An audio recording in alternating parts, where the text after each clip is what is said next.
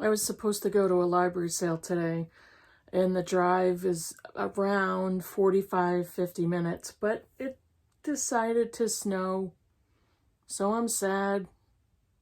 But we'll go in a couple of weeks.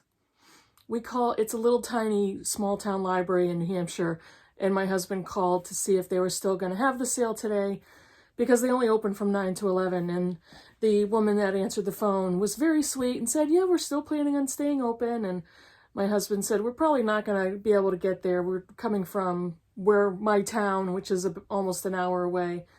And she said, well, what would work for you? How about in another couple of weeks? And we're like, and my husband was very nice and said, that would be great. He hung up the phone and he's like, I got a private booking. It's not going to be private.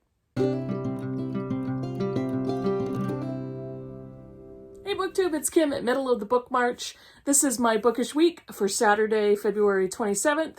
I can't believe tomorrow's the last day of the month. Yeah. And it goes, February is so quick and short. So, but I think I had a pretty good reading week last week. I managed to finish 3 books. One of them is a Booktube Prize novel, which I'm not going to talk about. I'm not going to show you, but I finished it. And then I finished my first 2 5-star reads of the year. And not so coincidentally, they are classics. One of them is my February selection for my George Eliot 2021 read-along. And this is Scenes of Clerical Life. This is a series of 3 interlinked short stories or novella that they decided when George Eliot was writing to put these together in a novel form. They were individually submitted to publications for publishing, and then basically they put them together. So each of the 3 sections is a different story. And when I first started reading it, it was always hovering at a 4-star read, I was really loving it. It became a 5-star book at the end during the last section, the last story, if you want to call it that. And it's basically a series of sections that talk about the human side of clerical people who serve in churches as parsons or ministers or pastors or curates or vicars, anything that is described that way in a Victorian England context. And so each of the 3 sections is discussing a different type of cleric. The first one is Amos Barton, who is married with a lot of children, and he's comes to town and he's thought of as a very dry, somewhat intellectual, lofty, out-of-touch parson, and is married to a woman he loves passionately who is warm and sweet and loving and is likable to everybody. Eventually, the story develops and he reveals the man he truly is and becomes beloved by the town. That's all I'm going to say. The second story is Mr. Gilfil's love story. And he is an old pastor in the town, but the story is going back in time in flashbacks to talk about his early life and his personal life as a young man and what got him to the place that he is now. There was a great love of his life, and it's just a wonderful story.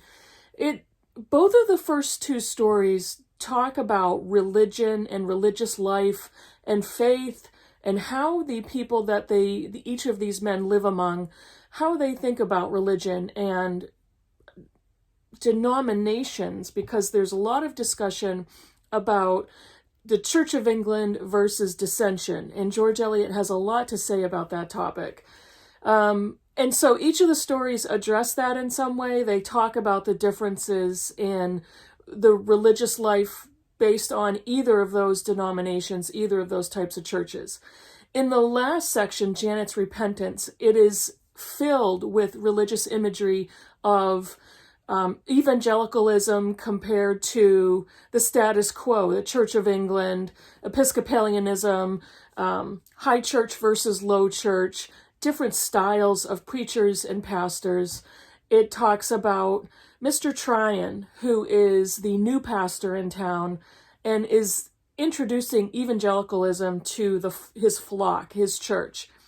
Janet is a woman who lives in the town with her alcoholic, abusive husband, and in the course of their marriage, she also turns to alcohol to numb her pain and numb her experiences. Janet's repentance is basically what it sounds. It is how she gets to a place of repentance. The last story, the first couple of stories had me choked up, especially the first one, Amos Barton. Mr. Gilfield's love story was very sweet and poignant. Janet's repentance made me cry. And it is so filled with religious thematic information, with narrative, with religious conversation within the story. I'm going to say this book might not be for everybody, but when you understand the background of George Eliot herself and her religious upbringing, she became an evangelical early in her life and eventually left the church, more for not necessarily an atheistic life, but agnostic. And she talks about the themes in this book and what religion really means. And her biggest, she advocates for a faith that is more reflective of people loving other people and compassion and empathy and public service, not in a proselytizing way, but actually serving other people's basic needs and providing them love. It's a beautiful book. It's her first novel. It's a novel that isn't really a novel, but I loved it, and I try very hard to be objective when it comes to George Eliot, because I could gush about her forever, but I want to judge the book on its own merits. I don't care. I still loved it. I still have to check in with my buddy read-alongers. I also read Cranford by Elizabeth Gaskell, and this was a buddy read with Roz and Hannah and Sarah, and just such a wonderful group of buddy readers and wonderful women. They're all so articulate and intelligent and funny and warm, and I just loved it. I loved Cranford, another 5-star classic by Elizabeth Gaskell. Cranford is not a cohesive narrative novel. It is a series of vignettes about the town of Cranford in a Victorian English city, primarily populated by women, most of them aging women. And there are very few men in the town. It is such a beautiful, it's a novel, but again, series of vignettes. And they're so beautiful in their discussion of women's friendship, women's reliance on each other. There are groups of women who are stereotypically gossipy and catty.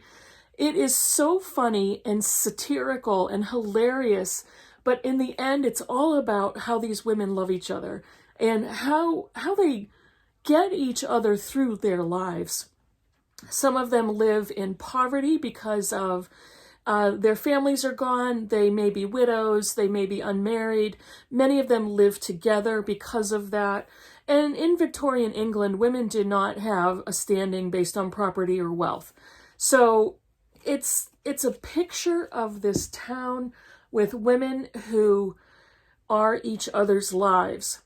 Gaskell is so smart and so funny and sarcastic, and just, I loved it. It was one of those books that I smiled through the whole thing. I was laughing at parts. There was a scene where they go to a magic show, and it was so funny. And then there was a scene where they are thinking that the town is haunted, and they're trying to walk home at night. So funny. And their conversations when their small group is invaded by a British lady, a widowed lady who is coming from a place of position from Scotland. And they don't know how to deal with her. They don't know how to address her. They don't know how to interact with her. And her hostess goes to her friends. This is one of our older residents of Cranford, and tells her friends, listen, I would rather not you associate with her to start, because I want her to believe I only keep the best company. and she insults and pisses off all of her friends. And the scene where they're coming out of church and all of the women are literally turning their backs with their noses in the air, refusing to talk to them. Gaskell is so funny. And the end of the book was the best type of happy ending in a novel, and I loved it. It was so sweet and so loving and warm. Just a delight to read. So funny. I will read anything Gaskell has written, and I will soon pick up another one of her novels. So those are the three I finished. The Booktube Prize novel I can't and won't talk about. And it was just a lovely reading week. I am discovering so much. And thanks to Booktube, because in the time I've been on Booktube, I have picked up so many classics that they've been around for forever, for decades. And I finally picked them up and am just enamored. I am a classics lover, and I can't wait to get to more. My George Eliot read-along is really feeding that desire in me. So, okay, what am I currently reading? Still, These Truths. I picked up Beverly Jenkins' romance novel, Indigo.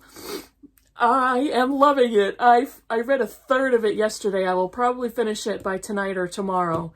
Beverly Jenkins is a prolific African-American novelist, romance novelist, and Indigo is a historical romance based on the lives of Hester and Galen. They are both part of the Underground Railroad, helping escaped slaves leave the South, and if they choose to, set up residence in the north of the country after the Civil War, or trying to get to Canada in order to live a free life. Beverly Jenkins wrote Indigo, and it was published in 1996. It's her third novel. And she tries to write historical fiction that addresses the ignored or the absent Black experience. She offers so much history in her novel.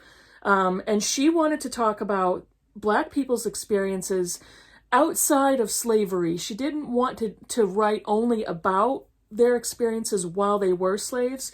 She wants to write about this historical time period while Black people are in bondage and slavery, but outside of that as well. She wanted to address the ignored part of history. This is such a great book because I really like her writing. It's great writing. I love the developing romance. It's a romance novel. That's her expertise, her romance novelist. And I'm learning something because she inserts a lot of history in the narrative that doesn't seem like a lecture. She's wrapping it into the story. And so I'm learning about so much of the time period and the experiences of these Black characters. It's a great book and I'm loving it. I'm having so much fun reading it. I'm learning something. I'm just in awe. Very quickly, Galen is actually referred to as Black Daniel. He is a very well-known abolitionist and slave stealer. He doesn't steal people to enslave them. He is a Black character who steals them to free them. And he is not captured, but he's almost captured by slave hunters and is rescued by a band of slave stealers or abolitionists who bring him to the home of Hester, who is a worker in the Underground Railroad. She is one of the pit stops. And she brings him in and secretly ensconces him in her basement. He's physically broken, so she, along with B, who is kind of their group doctor, kind of bring him back to health, and they repair his broken bones, they repair his broken body. And he has to stay at Hester's home to heal until he can go back out on the road and get more back involved in helping freed slaves escape. And the relationship develops from there. We learn so much about Hester's background. We eventually learn more about Galen's background. And the dynamic between the two is, it's romance. And I haven't even gotten to any physical interactions, very surface level. And this is my first Beverly Jenkins, so I don't know how transparent, I don't know how intimate the scenes are going to get. that's fine. I mean, so far I'm loving the book. I'm having a great time reading it. I actually have a TBR for March because March is March and there's a bunch going on. But the first thing I want to show you is a book that I was really excited to receive. This is one of 3 Goodreads giveaways that I won, and this is the 3rd one that I'm receiving. The first one was a bust. I hated it. I'm not going to say anything about it. It was Greg Isles' Cemetery Road. Hated it. DNF'd it. The second one I showed last week, I think it's White Ivy, and I got an ARC for that, even though the book has since been released. This one is a finished copy, and I got it yesterday, and I am thrilled. It is Melissa Broder's new novel, Milkfed. I read The Pisces last year and loved it, and very controversial novel, explicit, gross, raunchy, but so funny and so sarcastic. This one I expect is going to be the same. Melissa Broder, I'm really excited about as an author. And this is the story of Rachel. It's a scathingly funny, wildly erotic, and fiercely imaginative story about food, sex, and God from the acclaimed author of The Pisces. So the book deals a lot with food issues, disordered eating. I think there's queer representation in here. There's some erotic narrative. I'm expecting quite a bit of humor and satire. So I was so excited to finally get that yesterday. So now, what's going on in March? I have a pile of a TBR that I wanted to quickly show you. March is March of the Mammoths, which I'm taking part in. I'm also continuing on my George Eliot read-along for 2021. And I'm also buddy reading a book. I'm reading a few books for my These Truths additional reading. And my first book I'm going to show you is the Barter Horde's Backlist Book Club selection for March, which is Annie John by Jamaica Kincaid. Very quickly, this is a coming-of-age story of a girl growing up in Antigua. And I'm really looking forward to reading my first Jamaica Kincaid. Now, I am buddy reading Redhead by the Side of the Road by Ann Tyler. This was longlisted for the Booker Prize last year. And I am buddy reading this with the wonderful subscriber, commenter, Instagrammer, Judy Brown. And Judy and I have been in other reading groups in the past, but this will be our first individual buddy read. March is, here's my book for March of the Mammoths. It is Alex Haley's Roots. I've talked about this last week. And this is over 800 pages. I'm going to read as much as I can in March. I'm not sure if I'm going to finish it, but I will read it. And after this, I'm going to pair this with Alex Haley's biography for my Couple of Books project.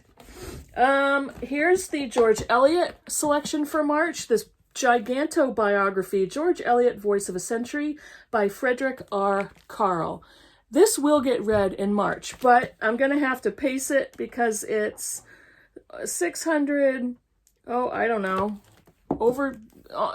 between 625 and 650 pages. It's a big chunker. March is also Women's History Month, so this is going to apply to that because this is a biography of Eliot, Marianne Evans, and I am dying to find out more about her. I read The Jewish Odyssey of George Eliot, and this is going to be, hopefully, a really good picture of George Eliot's life. I hope that I like that book. I'm also reading 3 books for my These Truths read-along. They are supplementary reading. I'm going to be reading George Takei's They Called Us Enemy. This is a graphic representation of the story of Japanese internment after World War II. And it's, partly a memoir, partly a first-hand account of those years behind barbed wire. So I'm going to read this. This will be a quick one, so I can definitely get that in for March and for my These Truths reading. Another one for These Truths, but also fits in with Women's History Month, is It's Up to the Women by Eleanor Roosevelt. Eleanor Roosevelt was very involved in Franklin D. Roosevelt's presidency, her husband. She was very politically active and wrote this book, so I'm going to read that.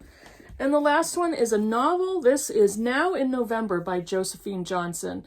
This won the Pulitzer Prize in 1935. Josephine Johnson wrote this book at the age of 24. And this is set in the 30s during the Depression in the United States. And it discusses a father with a family of 3 girls, and I believe a wife he's a widower, a wife who has died. And I first heard about this book from Kelly on Books I'm Not Reading. I will link her channel below. She read all of the Pulitzer Prize winning books of all time, and she absolutely was glowing about this one. So I'm really looking forward to reading this. Looking forward to learning more about Josephine Johnson. She was a novelist and a political activist, and so she wrote a lot about her political activism, her beliefs in her subsequent novels. Whew, so that's a lot. That's what my March is looking like. Oh, and I also have 2 more Booktube Prize books to read. They are fortunately on the shorter side. I think 1 or 2 of them I might do on audio. I have them both electronically, so I won't tell you about those until April.